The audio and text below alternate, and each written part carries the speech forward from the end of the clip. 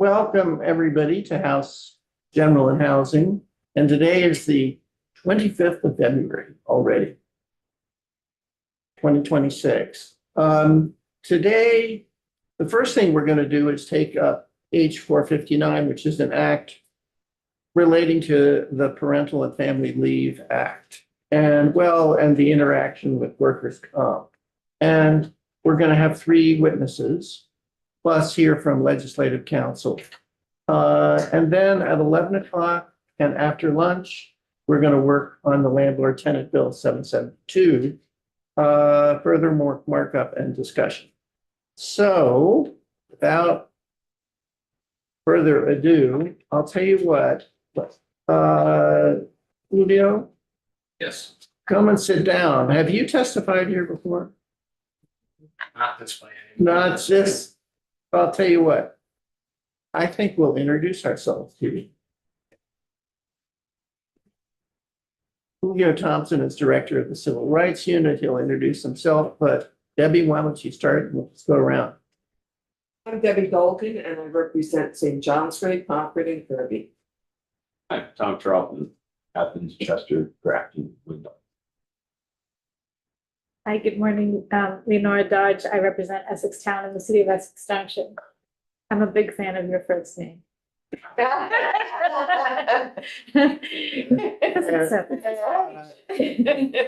I'm Mark Mahaly and I represent Plainfield, Marshfield and Cowles. Good morning, I'm Mary Howard and I represent Rutland City District 6. Good morning and welcome. I'm Gail Pezzo and I represent Chittenden 20 Colchester. And Saudia, you're next. Claudia Lamont, Lamoille, Washington District. Welcome back. And Emily Krasnow, South Burlington, Chittenden 9. So the committees, one of the many things I like about this committee is that actually it represents pretty much every kind of place in Vermont, from very urban to very rural. So Julio, take it away. Tell us what you're going to tell us. Well, morning from my side of the table. I'm Julio Thompson. I'm an assistant attorney general and co-director of the Civil Rights Unit. Among the functions of the Civil Rights Unit in the Attorney General's office that's germane to this bill is that we are the principal government agency that enforces the Parental and Family Leave Act, or the PFLA. That's the state law that grants up to 12 weeks of job protected leave for serious health conditions and other types of leave that recently added last year, such as military related leave. And so I have been civil rights. I've been in the Civil Rights Unit either as director or co-director since 2009. I've been in the Attorney General's office since 2004. Prior to that, and just giving you my experience in the area of family law. Before that, I practiced law in Los Angeles as a private practitioner in the area of civil rights and employment labor law, including representing both employees, employers, and labor representatives in issues related to, at that time, the federal family medical leave law when it was first enacted in the 1990s. So I cannot resist asking you, since I got, after a lifetime in San Francisco, moved to Vermont in 2004. I'm curious, what got you to Vermont? I think the committee would need probably an extra half hour or so. It's a long and good story. My mother was born in Vermont, and my family, my mother's side, it's been in Vermont since the 1860s when they moved. They and their cows moved from Ireland to Vermont, southern Vermont. So Longer discussion. yeah, But- longer discussion. That's right. Thank you. Sure. So I'm happy to talk about 459. I wasn't really sure on the face of the bill what problem the bill was seeking to address, but I did have the opportunity right before I walked over here to read the written statement from I think one of your witnesses later today from the Teamsters regarding the interactions between workers' comp and parental family leave. I'm happy to try to put that into legal context for you and talk about those laws. Our office does not enforce the workers' compensation law unless there, except for one narrow exception, which is that if we find that an employer has retaliated against an employee, let's say by firing them, giving them a promotion because they filed a workers' comp claim, that kind of, punishment, that punishing behavior is something that our office is authorized by statute to enforce. But the overall administration of workers' comp benefits, including topics that you'll hear about, the 2-year right of return under the workers' comp law, is something that I think Dirk here from the Department of Labor is much better qualified to answer. One of the other laws that our office enforces that I think is relevant to the committee's consideration here is the Vermont Fair Employment Practices Act, or FEPA. FEPA is sort of a Vermont counterpart of a bundle of federal anti-discrimination laws. So it prohibits discrimination against race, color, sex, national origin, religion, and additional protected categories in a way that's very similar to Title VII of the Civil Rights Act, federal law. It also prohibits age discrimination, which is analogous to the Federal Age Discrimination and Employment Act. It also prohibits violations of equal pay standards, which is similar to the 1963 Federal Equal Pay Act. And probably most pertinent to today's discussion, I think, is it also prohibits discrimination on the basis of actual or perceived disability, which is parallel in many respects to the Americans with Disabilities Act, or going back further, the Rehabilitation Act of 1973. And so if an employee has a medically related condition that requires them to leave from work, in our day-to-day practice, it is possible that when we're looking at what laws apply, we could be looking, and I should add, part of the Fair Employment Practices Act includes a duty to accommodate employees who are pregnant, so medically related conditions related to pregnancy and childbirth. Whether or not it's a disability, that was a relatively recent addition to the Fair Employment Practices Act, and we enforce that as well. So it's possible that when an employee is taking leave, that you can have up to 4 or 5 statutes that apply simultaneously. Those federal laws that I mentioned, like Title VII and the like, are laws that we do not enforce. Those are federal laws that are enforced by the federal government. There is the Federal Family Medical Leave Act, which is similar to Vermont's Parental and Family Leave Act. It's far narrower. It's less generous to employees in general. That again is a law that we do not enforce. But we could have an employee who has a medical condition that's covered by workers' comp, is eligible for parental family leave, constitutes a protected disability, and may require, and then the employee may subsequently require leave related to pregnancy and independent condition. So we have all of these multiple laws that apply at the same time. Turning to the bill, what I understand the bill to seek to do is to exempt, at least for employers with 50 or more employees, to exempt leave that's related to workers' comp injury from the Parental and Family Leave Act. Just inferring the purpose behind that from one of the letters, I think it's the only letter that I saw that at least I read about that in support of the bill is the idea that under the Parental and Family Leave Act, the employer decides when that leave applies as a matter of law. Like if you have a serious health condition, the employer starts the 12-week clock, so to speak. And that if you have a workers' comp injury, that's also a serious health condition, an employee can come back from the workers' comp leave and be out of Parental Family Leave Act, so they no longer have a 12-week leave balance that they could use for their own, if they were pregnant, or if a family member Actually, Julio, I have a question about how this works, just the mechanics. Okay. I don't know as much as I ought to probably about the PFLA. Okay, Let's say I'm an employee and I decide I need to leave for whichever one of the permitted reasons. Sure. Do I request that of the employer? How does it start? How does the clock start?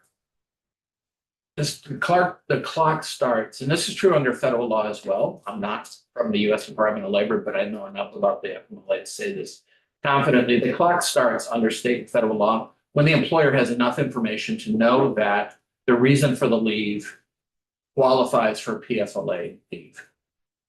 So currently, if I come in and say I've been injured on the job, so I'm leaving and I want, I need workers' comp. Yeah. Under current law, the employer unilaterally could say, well, I'm starting your FMLA clock too. PFLA. Your PFLA too. If the information provided to the employer counts as a serious health condition. Yeah, so, Not all work-related. yeah, Work-related injuries don't count as serious health conditions. so they don't. Well, I mean, that's an empirical question. Uh-huh. Let's just say many do not. Many do not. Okay. But if it's serious, the employer can unilaterally, under the current law, start my PFLA clock. This issue hasn't been decided by the Vermont Supreme Court, but there's a fair argument to say that not only can the employer do so, but that it must do so. That issue's been decided under federal law because the benefits of the Parental Family Leave Act is that when the person goes on leave, they have job protection for up to 12 weeks. They have the right to continued benefits, including under the same terms and conditions as if they were continuing working, except they may have to continue paying their portion of the premium like we all do in our paychecks. And so under federal law, courts say not only may the employer do it, but it must, because the point of the law was to protect people on leave. Okay. So the employer, at least under federal law and likely under state law, the employer doesn't have a choice, the way the law said.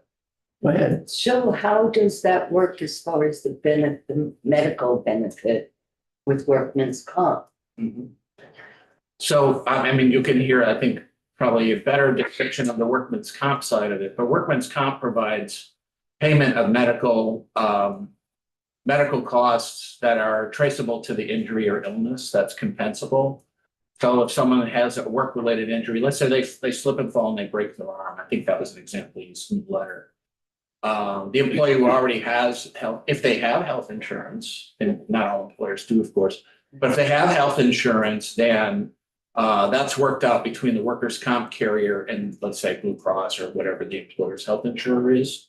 Because whenever you go to the doctor's office, I just did a medical check-in last week for my annual checkup, and they ask you, is this visit related to an accident? Right, and so there's paperwork that's put into place so that the insurance companies sort out which insurer is paying which costs. And so if my appointment is related to a cough that I've had, then workers' comp wants to know that from the doctor. It says, does this relate to an accident because this guy had a broken arm? They say, no, this had nothing to do with the arm.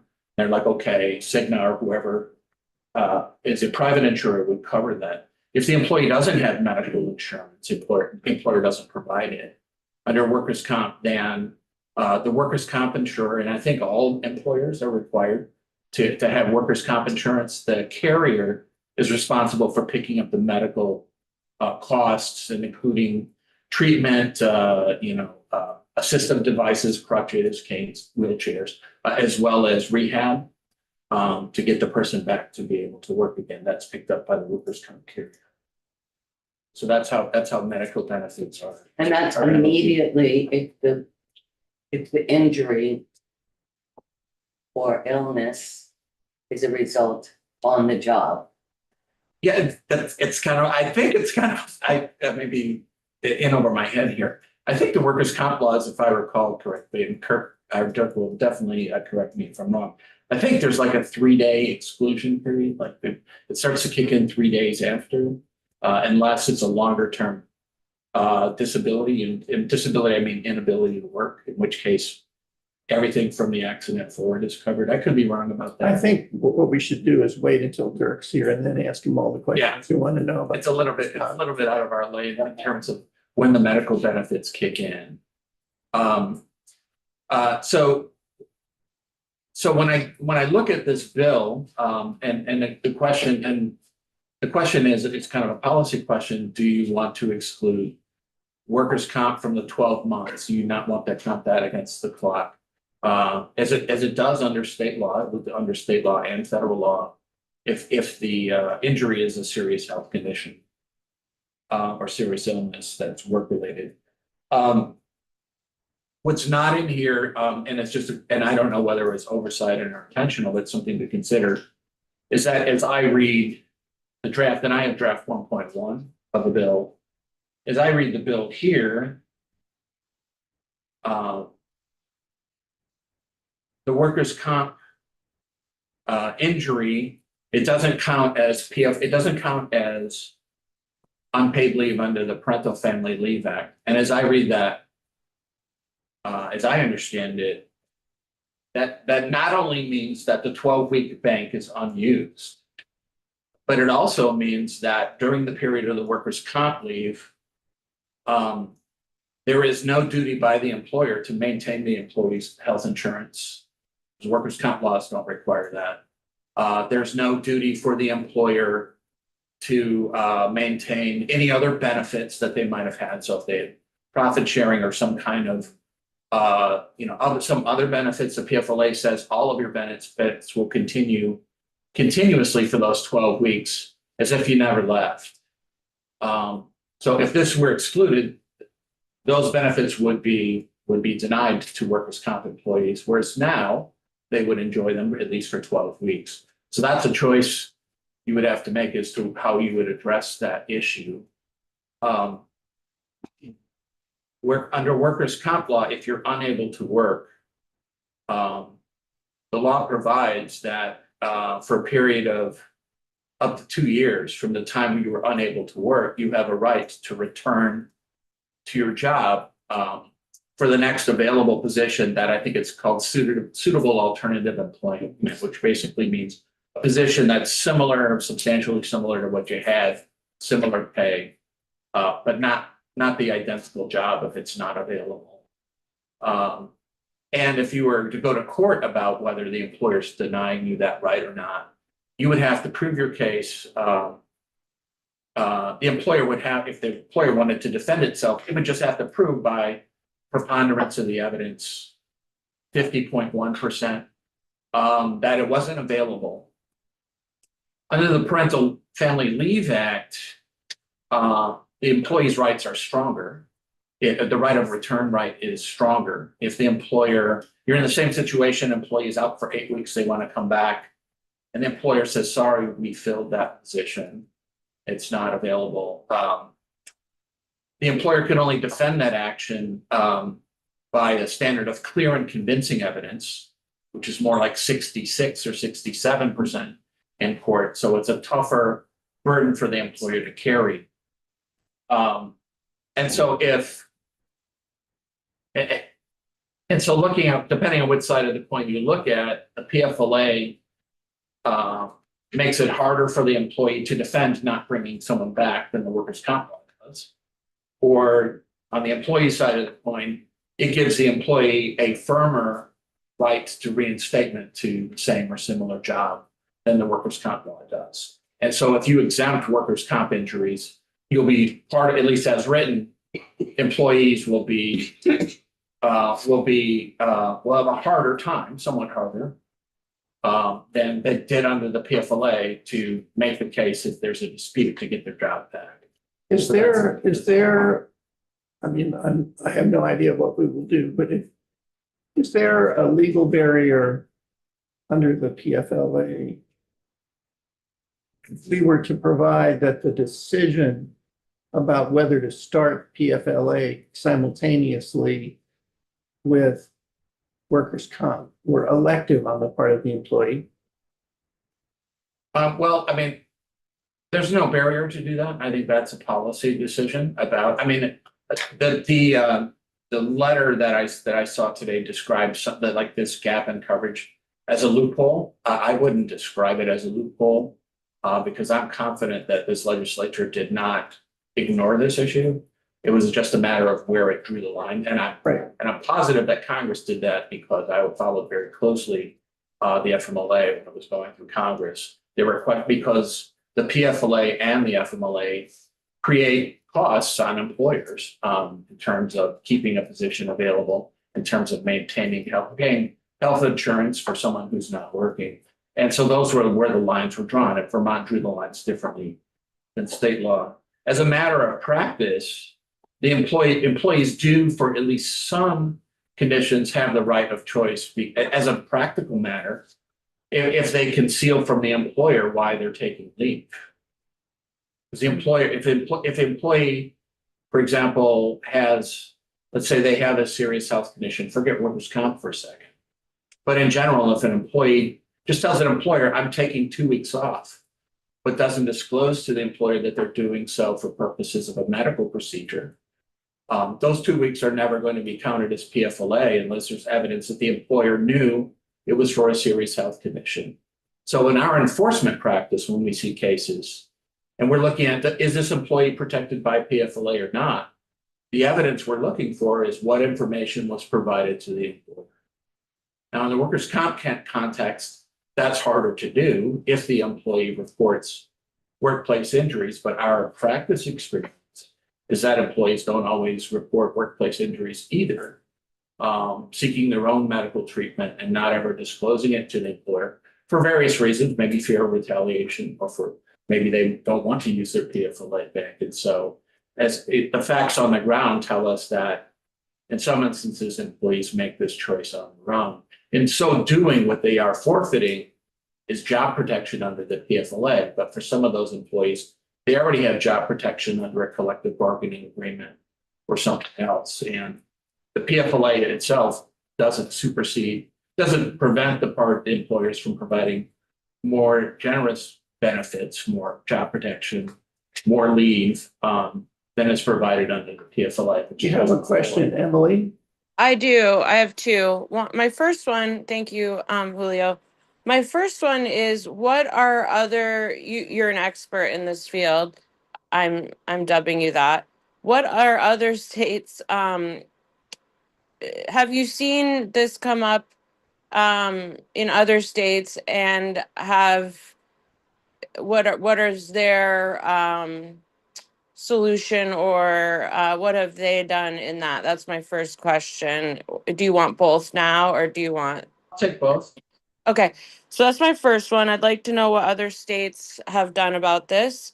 And my second one is, my request from you would be, at the end of everyone's testimony, if you could write up a formal memo to the committee with your opinion on this particular bill, from whether it's from your office or you, just kind of what your findings are formally. Thank you.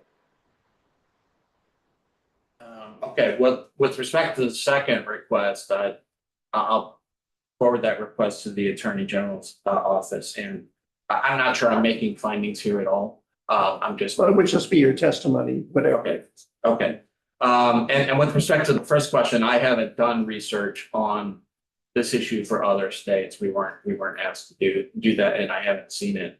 For the states that I know that have different types of family medical leave, I'm not aware of any that exempt workers' comp related serious health conditions, or B, that expressly say that the employee gets to start the clock rather than the employer. These laws typically operate where there's a saying in the trade that at least for Vermont law, I should say, and also I would say for California, that the employer has the power of the clock and the employee has the power of the purse. Right. Which is that the employee has the right to decide, and it's under state law, when they're going to use paid sick leave to apply to the PFLA leave or sick or vacation leave. and the employer doesn't get to choose that any longer. So I'm not aware of what other states have done on this issue. I'd be interested. No, thank you. So it sounds like after we hear testimony from folks with lived experience, we may have to dig in a little deeper to find out if this is happening, or maybe they can provide that. But I would request your office to, if possible, after reviewing what we do today, to either, maybe they won't weigh in, but I would like to know a formal response to this situation. Do you see what I'm asking? I'm not sure what this I think what you're asking for is a reaction to the testimony that that follows me today. Correct. Okay, rather than like a vote of the committee. Right. Okay. I'll pass No, that. I would like your I would like your office, if possible, to review the testimony today and produce either an opinion, a non-opinion, or a response. Does that make sense? I understand the request. Yes. I'll Thank pass- you. Ashley? Thank you. Sorry. I have some information that might be helpful regarding kind of best practices. I think one, most employers will request, you'll see like a doctor's note after 3 consecutive days of being out for an illness or an injury. And that's mostly so an employer knows that, hey, we should be having a PFLA conversation. That being said, the other thing I just wanted to go back for information that wasn't sure. There is a 3-day waiting period for workers' comp for total disabilities for that benefit. If an employee is out after the 7-day mark, it goes back and retroactively pays those 3 days. So it's kind of that in between time, if that makes sense.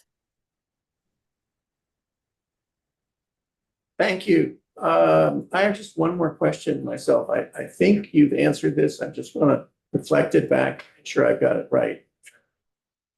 If I were an employee who had a desk job, let's say I'm a righty, I write. Yeah. And let's say I don't have to type, okay? And let's say I break my arm. So my understanding is I could, if I wanted, apply for workers' comp, because it wouldn't be a serious injury. It's injury on the job. I broke my arm on the job. But I could not apply PFLA because it's not a serious injury. Is that correct? No, it depends. Well, one, it depends what kind of break, because serious health condition under the PFLA includes not only something that required you to be in the hospital or present the risk of death or disability, but also the language is that it requires ongoing care from a healthcare provider. And so the question is whether it would meet that the language is requires continuing treatment by a healthcare provider. Okay. I broke my wrist and I had to undergo physical therapy. Hmm. And so that may well qualify for PFLA. PFLA, okay. So that's fine. Saudia? Thank you. I'm just I have a question. I'm trying to understand if it pertains, and it's not directly to the bill, but it's an FMLA question around employment and the severe health conditions or health conditions. If someone has a chronic health condition that requires ongoing treatment, but they are employed and they go to work, but they have to call out, and does the FMLA have protections around them getting written up for the amount of times that they call out, or are there no protections against that? Does that does that, I don't know if that was a clear question. I'm sorry. I think I have enough information to ask it, but if I don't, or you don't think I'm answering it, Representative, please just let me know, and then you can add additional facts to zero me in. So if you have a chronic health condition that requires treatment by a healthcare provider, it seems to us likely, if you came to our office and described that, let's say, for example, one chronic condition is asthma, and sometimes people have to go to the doctor's office to undergo nebulizer treatment because their inhaler isn't working. That would count as PFLA leave. And if the employer had limitations on its leave, it could not discipline, I think we said write up the employee for taking job protected leave. So that would be that the example I gave, if the employee was disciplined for going in for nebulizer treatment, that would, in our view, if they're otherwise covered by the PFLA, that would be a violation of the law. We would take action. Right. Thank you. So they would have to go in for medical treatment. So if they don't, so if they are sick and they have a nebulizer at home and they don't go and they do it on their own, that would not cover, correct? I just want to understand that. I'm sorry, part of the audio cut out, so I couldn't make out your question. Oh, I'm sorry. And so it's the connection is the going to the medical provider. So like if they had a nebulizer at home and they didn't go to the medical provider, they did their own, they were incapacitated and couldn't work, but did their own treatment out. Does that qualify, or it requires the medical provider treatment? Well, medical treatment isn't limited to doctor's office visits. So for example, someone had another chronic condition, let's say sciatica, which when it flares up can be excruciating and prohibit people from driving and from standing or even from sitting in most positions. If the doctor's orders you for bed rest, with certain pillows that are used to treat that, to keep the knees close to the chest, for example, that leave, if it's prescribed or recommended by the healthcare provider, would be PFLA covered. And so the same protection from discipline would apply if the person had leave available to them. Thank you so much. Thank you. Other questions for Julio about this bill or PFLA? We do have to move on to other witnesses. Yes. And just very briefly, I don't know if you already covered this or not, but all of these scenarios are the Federal Leave Act and job protection is for employers that have at least 50 employees, correct? It's a little bit, the requirement's a little more stringent than that. It's the employee seeking FMLA coverage has to demonstrate that the employer has 50 or more employees within a 75-mile radius of where they work. So if you are the one Apple store employee here and the rest of Apple is in California, the FMLA would not apply to you because you don't have 49 other people. And you also have to have worked for at least a year and worked 1,250 hours. Okay, thank you. Any other questions of Julio at this point? Julio, thank you so much. Sure. Appreciate it. Dirk, you're next. Welcome to the committee, Dirk. Thank you, Mr. Chair, members of the committee. I remember if I testified last year or not. I haven't been here in a while, but my name is Dirk Anderson. I am the Director of Workers' Compensation and Safety at the Vermont Department of Labor.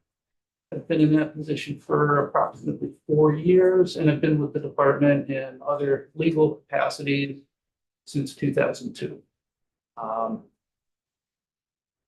I've looked at the bill. I've glanced. I didn't read it line by line, but I've glanced at the letter in support of the bill. I don't have a position on the bill as drafted, but I can say that I concur with pretty much everything that Mr. Thompson said. For a non-workers' compensation attorney, his knowledge of the law is pretty good. I think I'd just like to make a few points. I'm happy to answer any questions about workers' comp or as it pertains to this bill. There was a question that I think was answered by Representative Barkley, that yes, if you're injured at work with a workers' comp compensable injury and you're out of work for 3 days, the temporary total disability kicks in on the 4th day. And if you make it past day 7, then the first 3 days are compensable as well. The way workers' comp, I'm coming at this from the workers' comp side rather than the PFLA side. Workers' compensation is much more comprehensive than PFLA. Any injury sustained at work is potentially compensable. It doesn't have to rise to the level of a PFLA or FMLA qualifying disability. If you get a laceration or, you're a mechanic, each piece of rust falls in your eye and you just need to go walk into the doctor's office or the ER and you get it treated and you're out, that is compensable. So there are a lot more compensable workers' compensation covered injuries than PFLA disabilities.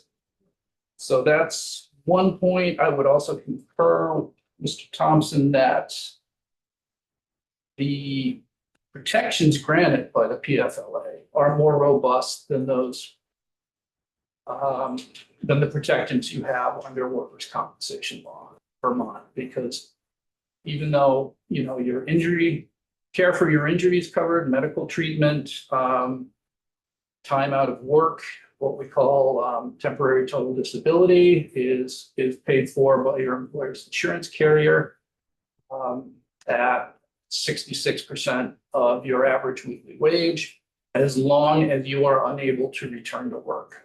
There's no 12 weeks. There's really no end to TTD, temporary total disability. Other than that, the injured worker recovers or comes to what we call maximum medical improvement, or there are a couple of other disqualifying reasons why the TTD benefits can stop.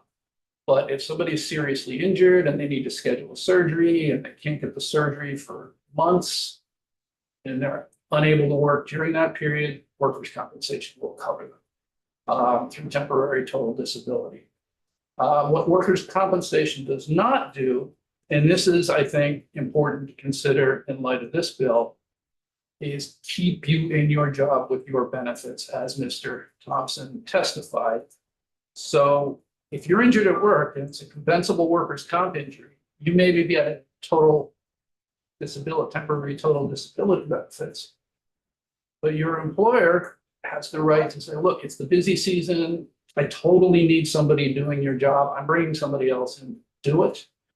And your benefits are discontinued. Your insurance can be discontinued. The employer does have the obligation under the law, as Leo said, to reinstate you if you recover within 2 years. But the reinstatement is conditioned. It's the first available suitable position. So if you're out for 10 weeks and you are on PFLA, you still have PFLA protection. But if you say, boss, I'm fine now, I'd like to come back to work, it is not a violation of the Workers' Compensation Act for the employer to say, I just don't have a position for you right now. I'll let you know when I have one. If the employee thinks the employer is acting in bad faith, they do have a private right of action, but the burden is on the employee to bring that right of action. So if you want to protect your rights under Section 643B, the Workers' Comp Act, to be reinstated to the first suitable available position, the onus is on the employee to bring a lawsuit, essentially. So there is a trade-off, as I see it, in this bill between the protections afforded by the PFLA and the benefits that you get from workers' compensation. I understand the desire here is that someone receiving workers' compensation, temporary total disability benefits, not have to burn their PFLA I understand that, but I do see that there's a trade-off. Right. Is there, could you characterize in any way you desire the litigation playing field, if you will? Is it, do the cases generally find, do the cases reinforce the sense that it's really up to the employee to prove that something really is suitable, it's available? Is it, are in most cases employees unsuccessful? Anything you want to say about the landscape, the litigation landscape, and kind of what it looks like? I don't really have a sense of how successful that litigation is, or how many employers are found to have, acted in bad faith. I do think that I don't really have a sense of Okay. the numbers or the success of that type of litigation. Mr. Mickenberg, he left the room just to practice workers' compensation law on behalf of injured workers. So maybe he'd have some thoughts on that. Is one thing that was mentioned that I really haven't thought about is I assume that any contractual provision that is negotiated that deals with injury, that deals with return to work, anything like that, would prevail only to the extent that it provides more protection than law. If there were additional protections under a collective bargaining agreement, then yes, absolutely. But they were not contrary to the PFLA Right, or the workers. or the workers' Right. compensation. Any questions? Yes, Mary. Thank you for your testimony. So if an employee is told that they don't have a job, can they apply for unemployment? Yes. So yes, but if they are receiving workers' compensation, temporary total disability benefits, that's considered disqualifying income. So once they reach maximum medical improvement and those temporary disability benefits cease, and their job is not available to them because it's been filled or whatever, then yes, they would be eligible. With some limited exceptions, they would be eligible for unemployment benefits at that point. In fact, there is a provision in the unemployment insurance law. Getting a little wonky here, but we call it monetary method 4, whereby an injured worker who has been out of work with the workers' compensation industry, when their temporary disability benefits end, if they haven't worked in, say, a year or 8 months, the unemployment insurance statutes allow you to reach back to the average weekly wage prior to injury in order to preserve your right to unemployment benefits if you've been out for an extended period of time and then cannot go back to that particular job. So yes, that's the short answer. Thank you. And a lighter note, when I did workers' comp for utility, we had a woman put in a claim for a torn skirt in the desk drawer. Obviously, It's not an injury. not an injury. We also had an employee that was out and, they always tried to get the employee to come back from work. So longer you're out, it's a little bit harder. And, we were told that, even though she went to the grocery store, you don't know when she went to the house, she threw the groceries on the counter, went to the couch. And then there was a picture of her in the fashion show diving into the swimming pool. So obviously she was asked, to come back or Sure. she didn't come back. I assume. One of the conditions for an insurance carrier cutting off temporary total disability benefits is if the injured worker fails to make an effort to remain in reasonable contact with their former. So if the carriers do have mechanisms for cutting off temporary total benefits. Dirk, any other questions for Dirk? Thank you so much. Thank you. Curtis, do you want, I understand, is Tracy here? There's an extra chair if you both want to be testifying at once. You can both come up and sit. We just brought a chair in. Thank you, Marie.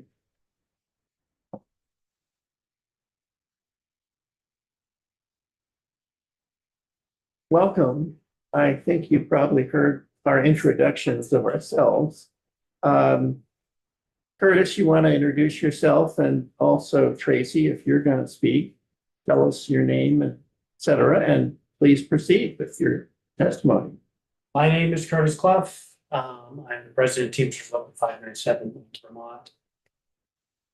And I'm Tracy Whalen, I'm a driver At PBS. at UPS. Yes, yeah, right.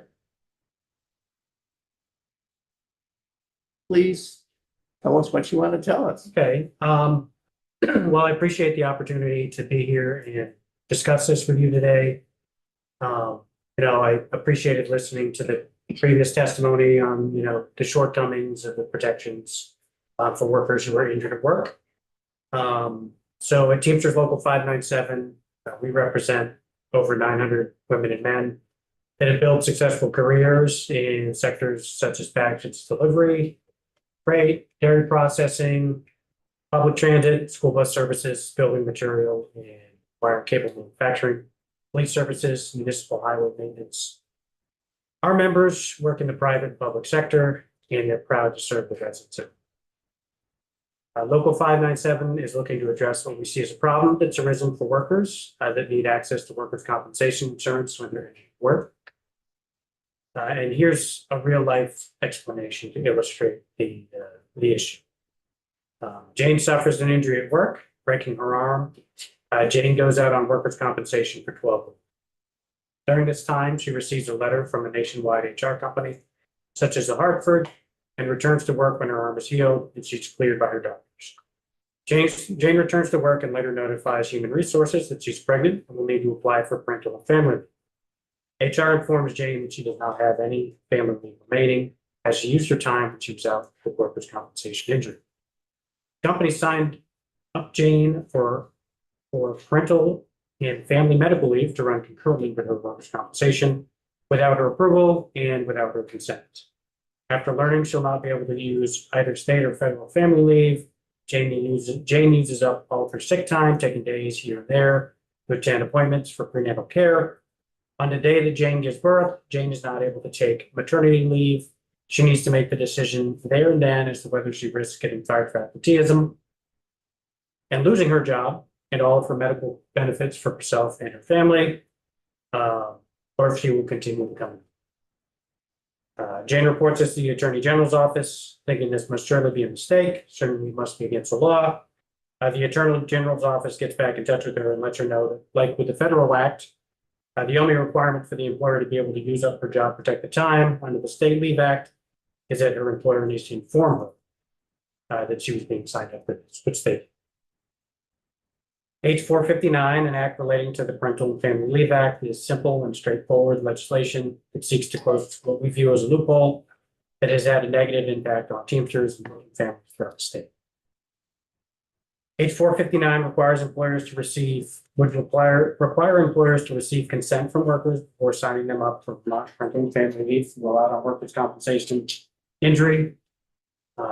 No worker should have to work through maternity leave or be unable to care for their sick child because an employer decided to run their compensation and FMLA and Vermont parental family leave concurrently. What are the odds that a worker goes out on workers' comp only to return if they have to take additional due to a medical condition? Not high, but it does happen. And we need to hold employers that do this accountable for treating their workers like disposable garbage, essentially. If the ability to do this is such a benefit to the worker, as those who have come forward in some cases have testified, what's wrong with letting the employee make a choice about when they want to sign up for their own unpaid leave. I mean, what's wrong with making this process similar to other processes that workers have to consent to when they go to work? Workers have to decide whether or not they sign up for employer-provided healthcare. They consent to that. Workers have to consent to how they get paid, whether it's by a live check, whether it's by a direct deposit. Some employees have the option of taking a pay card. They need to consent to having things with help from their paycheck. They need to consent to a whole slew of other employment-related benefits, and it's well-established rules and law that they get to consent to those type of employment benefits when they need to use them. Workers' compensation is one of those situations that is, unfortunately outside of their control. Nobody has a lot of say over when they get injured. Some people do have jobs that are a little bit less, maybe make a little bit less need for physical activity. But some jobs just aren't the same as that. Some jobs, I heard somebody mention working for the phone company or one of a company similar to that. I mean, I'm sure there are people that, operate switchboards, and there are people that climb poles. We represent people at some companies like UPS, where there are people that do dispatch work. And there are people that have to hop on and off the truck, 150 to 200 times a day. And they need to be able to be at full physical ability to do that. And, the employer being able to run down unpaid leave time for those employees that aren't able to work when they've been injured, because they can't do their job when they're injured. I mean, that really creates a stark dividing line between those two classes of employees that already have some dividing lines between them. Before Tracy goes into his lived experience, I just want to talk about some experiences that have been brought to me over the last couple of years. So I want to talk about a man named Josh. Josh is a man who's worked to support his family for many years. He works in a dangerous industry. He has to work in the elements. He has to work long hours. He's not been a stranger to personal tragedy, having had a child who had cancer years ago. He spoke to me and anyone else who listened to him about his time working at UPS, an employer that does have a notoriously high rate for workers' compensation compensatory injuries. And he told us his own story about being injured while working outside with faulty equipment. Josh struggled for months to recover from his injury, finally to make it back to UPS and the Hartford Group had sent him letters letting him know that they had opened up a Vermont parental family leave claim on his behalf. When he questioned it, they even had a term for it. They called it double dipping. Telling him that because he had his injury at work, his employer was able to use up his entitlement to state and federal leave without his consent. Josh knew from his past experience just how important it could be to have this leave available, and his sixth sense was sadly spot on. Shortly after returning to work from his injury, Josh's wife was diagnosed with cancer. She would need regular and at times intense medical treatment for the rest of her life. Josh would have to go months caught between a rock and a hard place, risking discipline for absenteeism if he was out to take care of his family, all because his employer was allowed to double dip, as they put it, without his consent. Josh talks about how stressful it is working at one of the most dangerous employers in the state and having to worry about being forced into a lose situation if he gets hurt at work again. I want to talk to you about an employee named Dave. I'll also be submitting an email from Dave to correspond to my testimony. Dave's a man who lives with his nephew. He adopted his nephew at a young age and has raised him as his son. When he was very young, his nephew began to struggle with mental illness. David has Vermont parental family leave set up so he can attend doctor's appointments with his son and see his health needs. One year, David injured himself and he was put in a position where, while he was out of work, his employer filed on his behalf for Vermont parental family leave without David's consent. When David returned to work, David started to rack up disciplinary actions due to his absenteeism, time which had previously been protected leave due to it being for medical appointments. Dave was eventually issued a termination, all because he was doing the right thing, taking care of his family. In the long run, he ended up having to move his son's medical appointments to a online format, which were just not as effective as they had been when receiving in-person treatment, because he just wasn't able to get that time before. I want to talk to you about a worker named Cameron. Cameron also works for UPS. Company, as I mentioned earlier, has a high rate of workplace injuries, maybe even the highest in the state. He suffers with Crohn's disease, which is a well-known serious illness. He told me about how he'd been run into at UPS by another vehicle, no fault of his own, severely injured. He struggled for a year to return to work. He talks about how this happened to him when he had been out of work recovering from his severe injury. He had been notified that his Vermont parental family leave and his federal leave entitlements were being used by an employer. After this severe injury, he was unable to take any leave days to get his very necessary treatment for Crohn's disease. Cameron talked about the worry that this circumstance puts him under. He talked about how this could, making this so the workers have to consent to this could really help a lot of people in the state. I want to read a letter sent to me by a gentleman named Mike Galicki. Through absolutely no fault of my own, I was injured at work on January 11th, 2024. My injury occurred while I was manually opening an overhead door at the UPS Berlin facility. This particular door had been written up for repair 6 times prior to my injury. Facility engineering department of UPS did not address the issue until after the injury was reported. Spent the next 9 months on workers' compensation.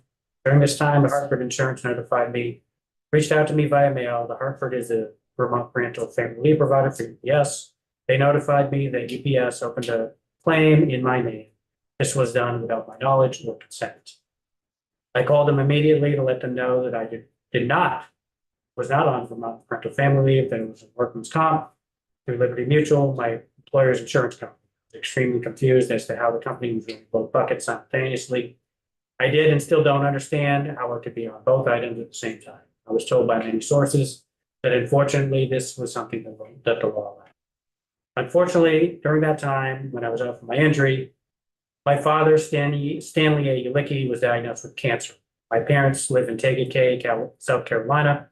I worked extremely hard to attend all of my doctor's appointments and physical therapy sessions while working to help my parents navigate a difficult time.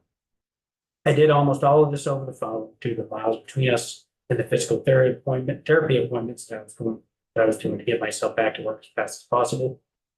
I was successfully cleared and returned to work in September. I called the Hartford to let them know that I would like to open a Vermont parental family leave claim because of my father's health situation. They told me that all my days had been used up for that. This was thanks to UPS's wrongful use of my Vermont parental family leave while I was on Vermont workers' compensation.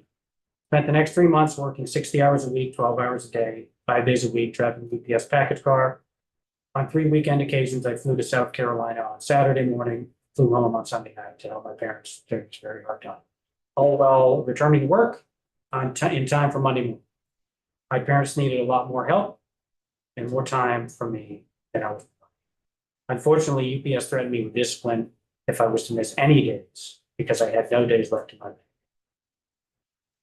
I was just trying to hang on until I earned new days from Vermont parental family leave to take time off and take care of my parents' needs. Stan did pass away, and I was only afforded my 4 days of leave. Something needs to be done to change the proper use of these days by employers like UPS. I'm joined today by a fellow Teamster and a veteran, Tracy Whalen, who's right now this very day out of work due to a work-related injury and having this very travesty affect him personally. To close, I will reiterate, you will hear from some interest discussing that there is a benefit to workers doing this, that these workers have something to gain by employers doing this. We think this is a loophole, and the decision should be left up to the worker, whether double dipping is beneficial for them or not. Thank you very much. Any questions of Curtis before Tracy testifies? We can ask them both questions later. Tracy, Yes. go ahead. First of all, I'll try not to get emotional. I tore. You won't be the first. Okay. It's been emotional, and we've all been through things that have made us emotional. So do not feel ashamed of being emotional. I hold a tendon in my thumb. I'm out for who knows how long. Last year, I broke a rib, not at work. They took all my FMLA days, which stopped me from going to my mental health appointments weekly through the VA. Appointments for medicine, appointments for, checkups, all that. I tried to kill myself last year because I wasn't able to go to my appointments. Or I was out of work for 2 weeks at White River to try to get me back on my meds and all of that, all because I got hurt and they took all of my stuff. Again, this year, I will be out for at least 12 weeks. Who knows what's gonna happen after that? Again, I have weekly appointments with my therapist. And checks, yearly appointments at White River. Just to keep it all up, and I'm not gonna have that again. Because I got hurt at work. And I get emails saying that they are taking my FMLA right now. Those are appointments that I need to stay in society. I did 3 combat tours, Ramadi, Iraq in 05, Afghanistan twice, 2009 to 10, 10 to 11. And I need my appointments and my days off, even for flare-ups. I sleep 3 to 4 hours a night because of my nightmares, because of the stuff that I've had to do and I've seen. Some days it's just hard to wake up, let alone be functional while working 12 to 13 hours a day and trying to be safe and getting written up for not being safe or getting injured. I've been fired 4 times for using FMLA through UPS. I got my job back ultimately because the Teamsters got me my job back and then they brought it up as suspension for using FMLA. Questions? Yes, Mary. First of all, thank you so much for your service. I'm gonna get emotional. I always feel we can't do enough for our veterans. My husband served in Vietnam, so. I am amazed that this happened to you. A good employer would always treat their employees well if they want to keep them. And obviously, you're a good employee because you keep going back. I try. I'm sorry that this happened to you. How do we prevent companies from automatically putting you on to family leave? Doesn't the insurance company contact you and say, by the way, you have been put on family leave? I mean, don't they should require your signature to do this? You actually give them everything they need when you fill out the workers' compensation information for their workers' compensation insurance company. And they forward that right along to their FMLA handler. Or they just use it internally. And you don't need to consent to be put on unpaid leave. You just need to be notified. Any other questions? I thank you as well, both for your service. My regrets for what you had to see. I do. Yes, yeah, go ahead. I'm seeing in the testimony provided some repeated companies. UPS certainly repeatedly, Hartford repeatedly. Has this been an issue in negotiating contracts with these employers? Has it been brought up? Has it been the question asked? So in certain instances where we do like negotiate on local levels, buttoned up the loophole, we don't negotiate on local level. So we've been trying to fix the issue as much as we have the ability to do with our negotiations locally, but we just with some of these national employers, they just have contracts in state. If I understood previous testimony, some of the criteria for FMLA is not discretionary, it's part of FMLA. The federal government has certain criteria, and when they're met, it starts. Is there, Teamsters are a nationwide organization, is there any effort in Washington to deal with this at the federal level? Because if we change it here, we still have to deal with the fact that federal law is probably going to prevail anyways. So are the Teamsters at the national level addressing the same question? So I guess what usually happens when companies use FMLA and Vermont Parental Family Leave is they run them concurrently. Right. Because So the federal law says. Well, I'm not sure. Let's just say, I want to confirm this. Julio, Yes, So- Mr. Chair. Julio Thompson. yeah, Julio, you sort of test under the federal law and under the state law. Each, must the employer start both simultaneously? If it's a serious, if the injury qualifies for both, must they start both? And The so, question's been expressly addressed by the courts under federal law. The Vermont Supreme Court has not had a case deciding that. But that's typically how it's been interpreted. That because the idea of putting someone on PFLA is that the employee immediately gets child protection under the act, gets a guarantee of continued benefits under the act. I understand, but what, do I remember your testimony is that the federal cases have decided that under federal law, the FMLA must run concurrently? Now, I didn't speak about concurrently. I will say that it is incorrect that Vermont could offer a different benefit contrary to the FMLA. It does so already, like FMLA does not cover leave for in-laws, for example.